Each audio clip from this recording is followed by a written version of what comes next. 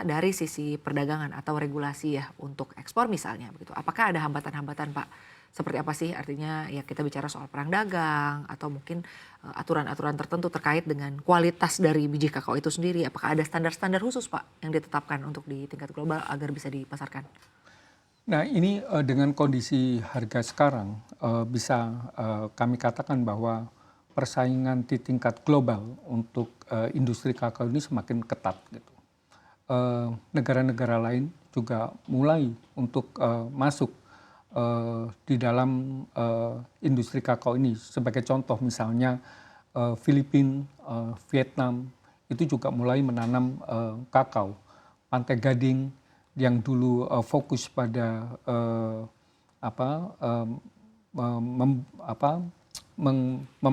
membuat biji kakao, fokus pada biji kakao, tapi sekarang sudah mulai masuk kepada industri pengolahan kakao tersebut. Gitu. Kemudian kita juga lihat di Amerika Latin, Ekuador contohnya. Ekuador sangat beberapa tahun terakhir meningkatkan produksi dengan kualitas kakao berkualitas tinggi dan juga volumenya hampir melebihi produksi Indonesia. Kemudian juga sekarang menjadi 3 produsen biji kakao terbesar di dunia. Kemudian juga kalau kita lihat Eropa itu juga sekarang mensyaratkan persyaratan sustainable dan traceability dengan peraturan UDR, kakao menjadi salah satu komoditas yang disyaratkan untuk bisa masuk ke pasar Eropa. Nah ini semua kita harus punya ekosistem yang perlu kita siapkan bagaimana menghadapi tantangan dan persaingan di tingkat global tersebut. Baik, artinya Indonesia memiliki peluang yang sangat-sangat baik atau cukup luas begitu ya. Betul. Baik, lalu Pak terkait dengan tanaman kakao nih kalau di tanah air, sebetulnya tanaman yang paling dominan gitu ya di daerah mana Pak di Indonesia? Paling dominan di daerah Sulawesi, kakao. Di Sulawesi saja atau ada di provinsi? Ada di beberapa provinsi ya, di Sumatera ada, kemudian di ya paling banyak dominan di Jawa Timur juga ada, kemudian Sulawesi, Bali juga sekarang menjadi salah satu pemasok biji kakao yang baik untuk Indonesia, tapi paling dominan di Sulawesi. Baik, lalu untuk dari jenis kakao sendiri Pak, yang paling tinggi minatnya atau yang paling baik, yang paling digunakan Pak untuk dikonsumsi sebetulnya tipe kakao yang apa Pak? Sebenarnya kalau kita melihat tergantung dari kebutuhan yang tadi saya sampaikan bahwa saat ini Indonesia memang banyak yang non-fermented untuk yang diproduksi oleh petani. Nah kita berharap pada ke depan itu bisa lebih berkualitas.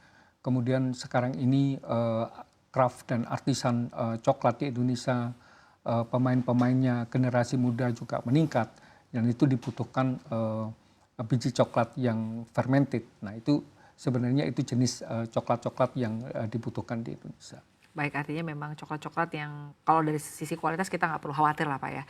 Terkait dengan pengolahan Pak, pengelolaan dari biji kakao yang sangat-sangat berkualitas di Indonesia sejauh ini seperti apa sih Pak? Apakah sebetulnya ada kendala juga? Ini kan tadi Anda menyampaikan bahwa sebetulnya produksi kakao di tanah air memang dihadapkan pada beberapa tantangan, bukan hanya soal iklim, soal hama tanaman begitu ya. Apakah dari sisi riset-riset atau mungkin dari sisi pengolahan seperti apa Pak?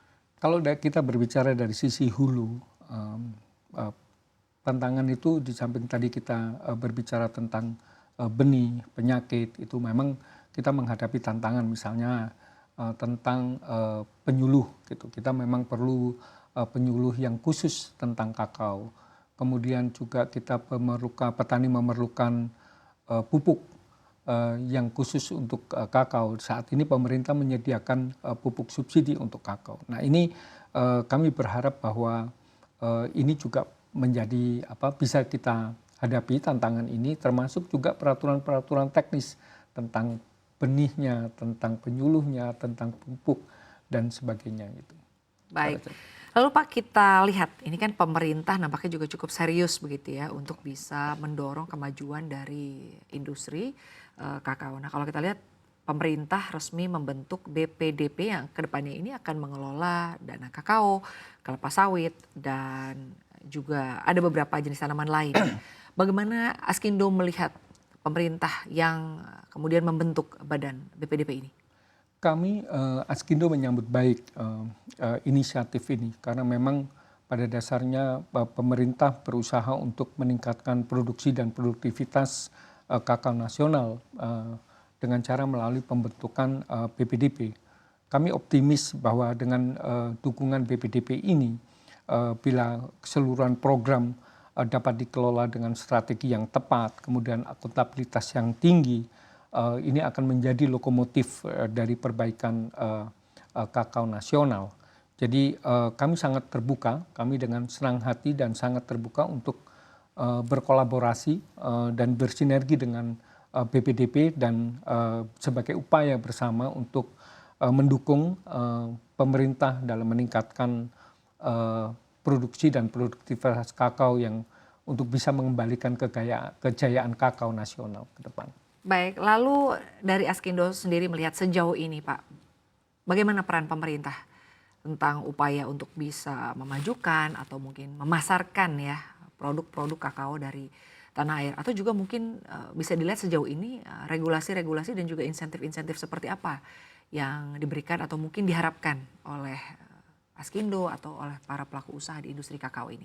Dalam beberapa tahun terakhir memang pemerintah menunjukkan perhatian yang sangat baik sekali untuk industri kakao dari Kementerian Perindustrian dan bagaimana membantu industri untuk mengakses bahan baku kakao ini dari dalam negeri, bagaimana membantu pemerintah membantu petani. Itu saya rasa upaya-upaya menuju ke sana itu sangat terlihat dalam beberapa tahun lagi, dan ini beberapa tahun terakhir.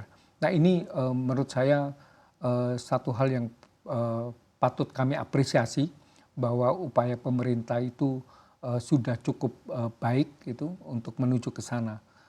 Apalagi dengan upaya-upaya pemerintah untuk meningkatkan produktivitas kakao nasional.